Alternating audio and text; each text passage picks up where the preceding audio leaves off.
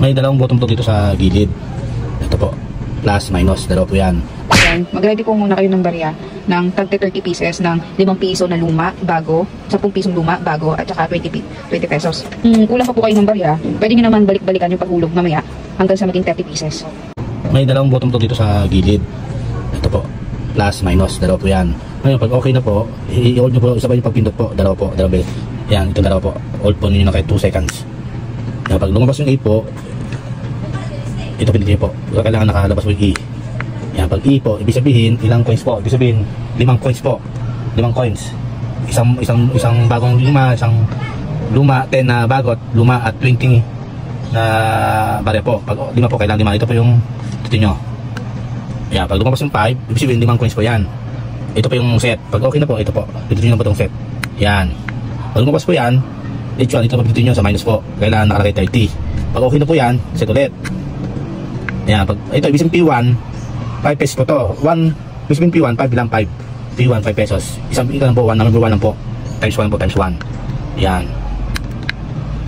Ito po, 15, dapat to, 15. Pag ito po, dapat 30. Ngayon, pag ito naman po, bagong 5 piso po, kailangan 1 po ulit. Yan, set ulit. Kapag ito naman, kailangan 15. Set ulit. Ito naman, kailangan 30 ulit. Set ulit. Pag P3, ibig sabihin 10 pesos. Kailangan lumang 10. Ibig sabihin, times 2. Kailangan 2. Pag nakikita yung 2, set nyo ulit. Pag F3, 15. Set ulit. H4, 30 ulit. Ulit. Pag FP4, ibig sabihin, bagong 10 po. Ibig sabihin, times 2 ulit. Hanapin 2. Yan. Pag ginto na po, set ulit. Yan. Pag F4, 15. Pili ulit dito. Yan. Pag H5, 30. 55, ibig sabihin 20 pesos. Times 4 po. Gawin times 4. Minimum 4 po yan. Set nyo ulit. Yan. Mag 15 ulit. Okay ulit. Pag lumabas ang ilaw po, yan. Pag okay na po, kailangan, mag-0 po yan.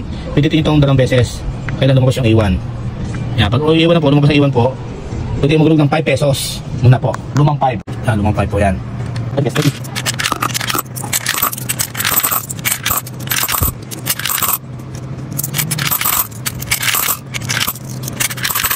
Yan. Pag 8, ibig sabihin, bagong 5 naman po. Bagong 5. Okay.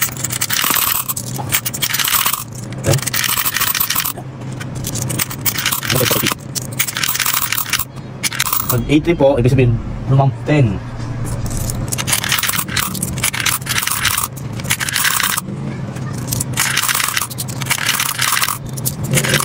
Yan. Pag April po, bagong 10 po.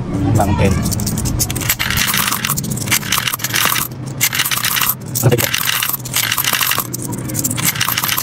Yan. Pag A5 po, ibig sabihin 20.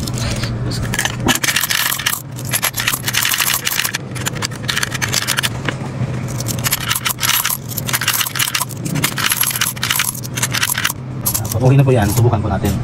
Lumang 5 na lang, 1. Ayan. 10 po, 2 yan, 2. Yan. Pag bago naman 10, kailangan 2 din. Yan. 20 po, kailangan nakalagay 4 po times 4. Yan, okay na po yan.